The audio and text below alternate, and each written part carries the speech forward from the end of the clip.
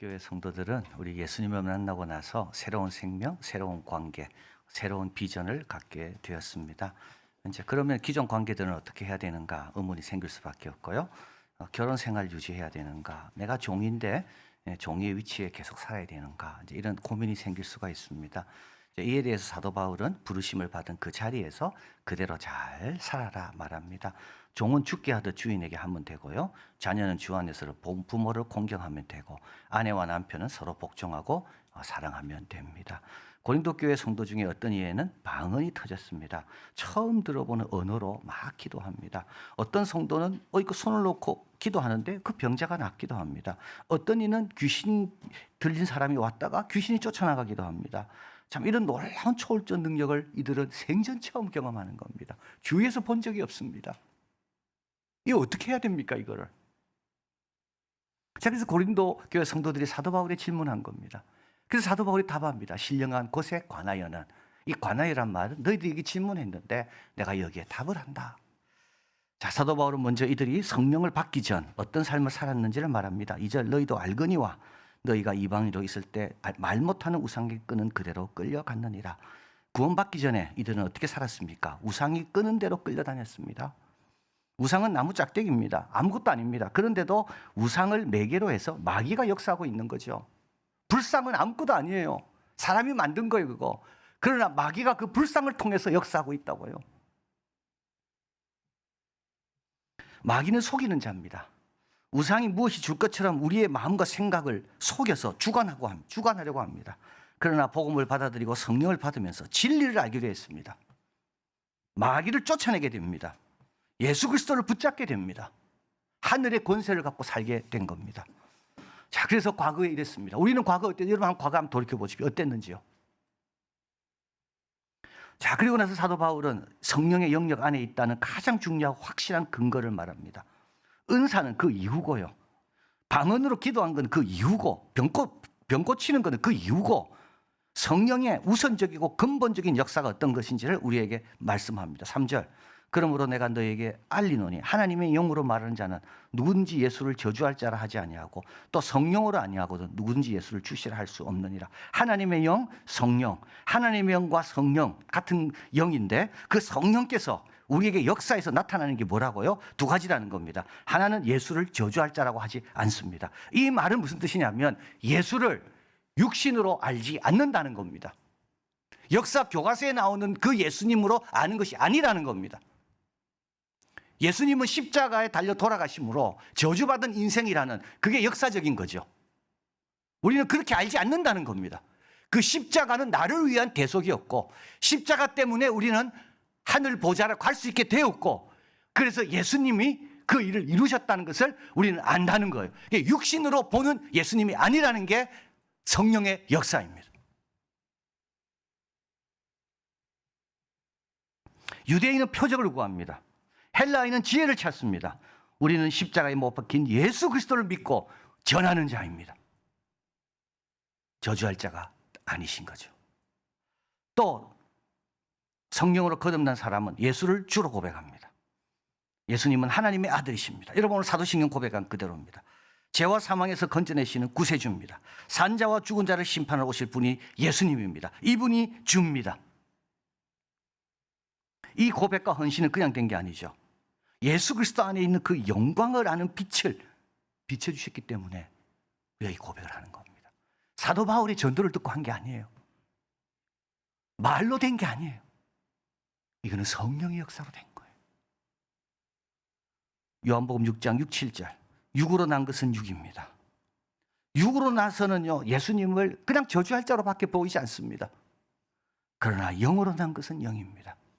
신령한 것은 신령한 것으로만 분별합니다. 그래서 예수님께서 니고데모에게 내가 너가 거듭나야 하겠다는 말을 놀랍게 여기지 마라.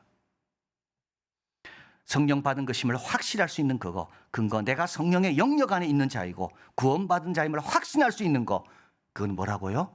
예수님에 대한 바른 이해와 고백입니다.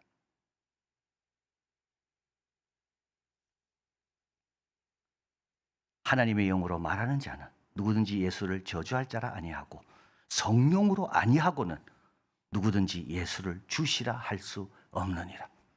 여러분 오늘 찬양하며 예수님에 대한 고백이 간절해지고 믿어지고 받아들여지고 주님이 사모하게 됩니까? 이거는요 성령의 역사입니다. 육으로 난 건 육입니다. 영으로 났기 때문에 가능한 겁니다. 이게 모든 것의 출발이요. 이게 제일 중요한 성령의 사역입니다. 자, 이렇게 성령은 예수를 믿음으로 거듭나게 하시고 교회와 성도들에게 유익을 주기 위해 이제 은사, 이제 초자연적인 능력입니다. 고린도 교회 성도들은 이런 은사를 받았고요. 그런데 이 은사는 이제 독립적으로 사용하라고 주신 것이 아닙니다. 4절에서 6절입니다. 은사는 여러 가지나 성령은 같고 직분은 여러 가지나 주는 같으며 사역은 여러 가지나 모든 것을 모든 사람 가운데 이루신 하나님은 같으니. 자, 여러분 성령이 나오시고 그 다음에 우리 예수님 주 그리스도가 나오시고 그 다음에 하나님 나오죠. 성부, 성자, 성령. 그래서 신약에 있어서 삼위일체 성부, 성자, 성령을 이렇게 자연스럽게 어떤 양식을 갖고 표현하는 것은 제일 먼저 나오는 구절이 이 구절입니다. 이 말은 초대교회 성도들은 다 아버지와 아들과 성령이 하나이심을 자연스럽게 받아들이고 믿고 있었다는 겁니다. 자, 여러분 보십시오. 은사는 성령이 주십니다. 직분은 주님이 주십니다. 이 모든 일을 이루어지도록 효과적이 되도록 하는 분이 누구냐면 하나님이십니다. 자, 그러면 자 한번 28절에 가보면 하나님이 교회 중 몇을 세우셨으니 첫째는 사도요, 둘째는 선지자요, 셋째는 교사요, 그 다음 능력 행하는 자요, 그 다음 병 고치는 은사요, 서로 돕는 것과 다스리는 것, 각종 방언을 말하는 것이라. 자, 여기서 첫째 사도, 선지자, 교사. 이건 뭡니까? 이건 직분입니다. 그 다음에 나오는 건 뭐죠? 능력, 병 고치. 이건 뭡니까? 이건 은사입니다. 여러분 잘 보셔야 되는데 직분은, 목사 직분은 이거는 안정적이고 규칙적이고 지속적입니다. 은사는 필요할 때 주시는 게 은사예요. 이게 차이가 있어요. 교회마다 은사는 달라요. 그러나 직분은 같아요. 이 말은 뭐냐 하면 은사는 직분의 지도하에 사용되어야 한다는 겁니다. 은사는 독립적으로 사용하는 게 아닙니다. 사도의 가르침, 선지자의 지도, 교사의 가르침, 이 가운데 때로는 하나님께서 병 고치는 은사도 주시고 때로는 어떤 데는 믿음의 은사도 주시고, 그럼 이 믿음의 은사를 어떻게 사용해야 됩니까? 사도와 선지자와 교사의 가르침을 받으면서 그 지도하에 사용하는 겁니다. 이럴 때 어떻게 된다고 여러분? 하나님이 그 봉사와 은사를 효과적이 되게 하시는 거예요. 우리 주위에 많이 봤습니다. 은사 받아서요 마음대로 활동하다가 다 어디 갔습니까? 없습니다. 지금 안 보입니다. 겸손히 교회 지도를 잘 받는 자만이 그 은사가 있든 하나님이 가져가시든 상관없이 은혜의 자리에 늘 머무는 거예요. 그래서 사도 바울은 고린도 교인들에게 이걸 먼저 가르쳐 주는 겁니다. 야, 은사 이전에 거듭나서 예수님을 주로 고백하게 하고, 그리고 교회에 속했는데 은사와 함께 뭐가 있다고요? 직분과 이거 모든 것을 주관하시는 하나님 안에서 은사를 잘 활용해야 된다. 이것을 가리키고 있습니다. 자, 그리고 나서 이제 8절부터 은사가 소개됩니다. 9가지 은사입니다. 어떤 사람에게는 성령으로 말미암아 지혜의 말씀을, 어떤 사람에게는 같은 성령을 따라 지식의 말씀을, 다른 사람에게는 같은 성령으로 믿음을, 어떤 사람에게는 한 성령으로 병 고치는 은사를, 어떤 사람에게 능력 행함을, 어떤 사람에게 예언함을, 어떤 사람에게 영들을 분별함을, 다른 사람에게 각종 방언 말함을, 어떤 사람에게는 방언을 통역함을 주시나니. 자, 여러분 지혜의 말씀은 뭡니까? 성경과 현재 하나님이 행하신 일을 통해 하나님의 지혜를 깨닫는 겁니다.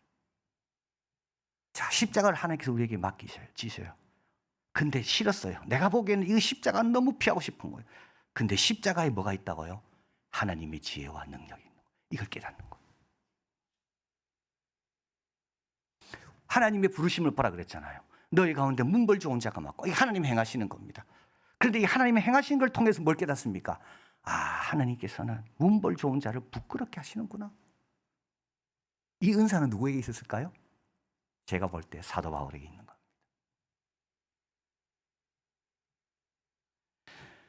이게 지혜의 말씀의 은사입니다. 하나님이 행하시는 일들 가운데 숨겨져 있는 비밀, 그 원리, 그 중요한 교훈을 찾아내는 겁니다. 근데 제가 볼 때는 더 이상 이 은사는 없습니다. 왜냐하면 이제 성경으로 다 나타났기 때문에. 이때는 성경이 기록되기 전이거든요. 자, 그리고 지식의 말씀의 은사는 뭐냐면 성경의 의미를 깨닫는 겁니다. 구약의 제사제도의 의미를 깨닫는 겁니다. 그냥 구약의 제사제도가 아니라 이것이 예수 그리스도를 미리 보여주는 예표다. 그래서 히브리서 저자이죠. 그런 분들에게는 뭐가 있다고요? 지식의 말씀의 은사가 있는 겁니다. 자, 믿음의 은사는 구원 얻는 믿음이 아닙니다. 이거는 여호수아와 갈렙 같은 사람에게 있는 은사입니다. 그러니까 하나님의 약속에 대해서 어떤 어려움 앞에서도 흔들림 없이 그 믿음을 지켜나가는 겁니다. 특별한 상황에 특별한 믿음이 필요한데 이때 하나님께서는 우리 교인 가운데 누구에게 은사를 주시는 거죠. 그래서 그 은사를 받은 사람이 확신을 갖고 우리에게 말을 전할 때 그거는 평소 들었던 말씀과 같은 겁니다. 우리 모두가 용기가 내서 앞으로 나가는 겁니다. 이게 믿음의 은사입니다. 능력 행함은 이거는 마귀를 내쫓는 겁니다. 예언이라는 것은 미래를 말하는 거 아닙니다. 우리 지난주에 여성들이 이 머리에 쓴 것을 벗고 예언이야 기도했다 그랬잖아요. 이 예언이란 말은 이거는 미래를 말하는 게 아닙니다. 예언 받은 자에게 가서 기도받고 그런 건 없습니다. 그러지 마시길 바라요. 여기서 말하는 예언은 성령의 감동으로 하나님의 뜻을 조언 또는 교정을 통해서 말하고자 하는 그런 은사가 이 예언의 은사입니다. 14장에 보면 이 예언의 은사에 잘 나와 있습니다. 영들을 분별함, 이건 어떤 은사냐면 사람을 판단하고 꿰뚫어 보는 게 아닙니다. 여러분 이런 은사 있는 사람 만나면 두려워하고 무서워하잖아요. 여러분 전혀 그런 거 아닙니다. 하나님 주신 영은 그런 영이 아닙니다. 저한테도 조금 여기 옛날에 있었던 것 같아요. 그래서 대학 다닐 때 누굴 만나가 이야기하는데 기분이 너무 안 좋은 거예요. 알고 보니까 이단이었던 거죠. 여러분 저 무서워할 필요 지금은 없습니다. 영들의 활동에 대해서 남보다 좀 예민한 겁니다. 그래서 이런 사람들은 교회를 보호하는 거죠. 누가 왔어요. 그래서 막 친절하게 굴어. 그런데 이 영을 분별하는 은사를 가진 사람은 저 사람 좀 이상하다는 생각이 자꾸 드는 거예요. 그래서 목회자한테 이야기하고 그 사람에 대해서 좀 더 조사해보고 그래서 어떻게 됩니까? 이단이었구나. 그래서 쫓아내는 거죠. 그게 교회를 보호하는 겁니다. 내가 뭐 용해가지고 뭘 마치고 이런 게 아닙니다. 교회와 성도를 보호하기 위해서 하나님께서 누군가에게는 영적인 지각이 조금 더 예민하도록. 그러나 우리 모두가 다 그와 함께 하면서 예민해질 수가 있는 거죠. 자, 그래서 9가지 은사가 나오는데 로마서에도 은사의 목록이 나옵니다. 긍휼히 여기는 자, 구제하는 자, 지도하는 자, 차이가 있습니다. 여러분 왜 차이가 있을까요? 교회마다 시대마다 그때 맞는 은사가 주어지기 때문에 그래요. 여러분 직분은 안 바뀐다 그랬습니다. 은사는 바뀝니다.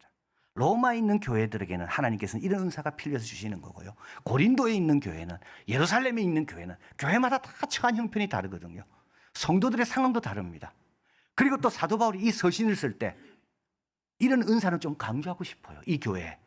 그래서 어떤 은사는 다른 교회에 쓸 때 썼고 어떤 은사는 고린도 교회에 쓰고 그래서 은사 간의 차이가 있다는 겁니다. 지금 병 고치는 은사 거의 없습니다. 여러분 아프시면 누구 기도해 주는 대로 가실 필요 없고 병원으로 가시면 됩니다. 그렇다고 병 고치는 은사가 없는가? 그렇지 않습니다. 저번에 우리 감비아 선교사님이 저한테 말씀하더라고요. 자기가 키웠던 그 청년이 목회자가 돼서 감비아 그 오지에 가서 설교하고 전도하고 교회를 건축하는데 아픈 사람이 나오잖아요. 병원은 없고요. 근데 이 사역자가 기도해 주니까 병이 낫는 겁니다. 필요할 때 하나님은 주시는 거고요. 또 하나님이 원하시면 가져가시는 겁니다. 그래서 우리는 주실 때 잘 사용하고 가져가실 때는 그러면 다른 방법으로 이 문제를 해결하기를 원하시는구나. 그렇게 지혜롭게 행동하면 됩니다. 자, 그럼 이 은사에 대해서 우리는 어떤 입장을 취해야 됩니까? 첫째, 은사 받은 자들을 소중히 여겨야 됩니다. 7절 각 사람에게 성령이 나타내심은 유익하게 하려 하십니다. 그분이 은사 있는 이유는 뭡니까? 이건 나의 유익을 위해서 있다 이렇게 생각하시면 됩니다. 병 고치는 은사 받은 사람이 있습니까? 그 사람 앞에 가서 기도 부탁하면 됩니다. 믿음의 은사를 받은 사람이 있습니까? 그 사람과 교제하면 됩니다. 그러면 내 믿음이 생긴다고요. 예언의 은사 권면 잘하는 사람 있습니까? 여러분 이런 사람 자꾸 비난하고 욕하고 그러지 말고요. 그 앞에 나아가서 자기 문제를 좀 기도도 부탁하고 하면 어떻게 됩니까? 그 좋은 권면을 통해서 내가 달라진다고요. 하나님께서 왜 은사를 주셨습니까? 유익하게 하려고요. 누구의 유익을? 성도의 유익을. 그래서 이런 은사를 받은 사람 우리는 소중히 여기고 그를 위해 기도해주고 필요하면 그에게 도움을 구하는 겁니다. 그리고 또 은사를 받은 자들은 겸손과 충성으로 사용해야 됩니다. 은사를 자랑하거나 비교해서는 안 됩니다. 11절 이 모든 일은 같은 한 성령이 행하사 그의 뜻대로 각 사람에게 나눠주신 겁니다. 모든 은사는 성령께서 그의 뜻대로 나눠주신 겁니다. 그의 뜻만 생각해야 됩니다. 비교할 필요도 없습니다. 그의 뜻만 생각해야 되는 거죠. 겸손하게 충성하는 겁니다. 그리고 또 세 번째는 은사를 사모해야 됩니다. 12장 31절 너희는 더 큰 은사를 사모하라. 14장 1절 사랑을 추구하며 신령한 것을 사모하되 특별히 예언을 하려고 하라. 교회에 유익이 되도록 우리 교회를 위해 나에게 좀 은사를 달라고 사모하라고요. 자, 찬양팀에서 들어와서 좀 찬양 좀 도와달라고 합니다. 여러분 박자도 잘 못 맞히고 힘들어요. 그때 여러분 안 한다 하지 마시고요. 기도하세요. 하나님 박자 좀 잘 맞추게 해달라고. 그럼 주신다니까요. 자, 교회 학교에서 선생님이 부족합니다. 좀 도와달라고 이야기합니다. 나는 성경도 잘 모르고 가르치는 은사도 없는데 그렇게 하지 말고요. 기도하시라고요.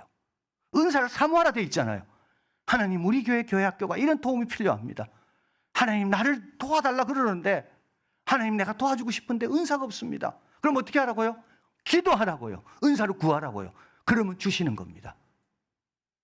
그래서 여러분 은사가 먼저가 아닙니다. 항상 사랑과 봉사가 먼저입니다.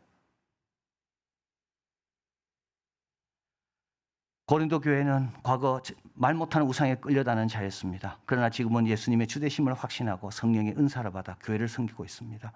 여러분 한번 상상해 보시길 바랍니다. 고린도란 타락한 곳에 24명 정도 모여있는 교회에 어떤 이들은 방언하고 어떤 이들은 귀신을 내쫓고 어떤 이들은 믿음으로 어떤 이들은 병을 고치고 여러분 이게 어떤 모습이냐 하면 출애굽해서 광야를 가는 이스라엘 백성입니다. 세상 모든 것은 과거와 전혀 달라진 게 없습니다. 그런데 이스라엘 백성만 달라진 거죠.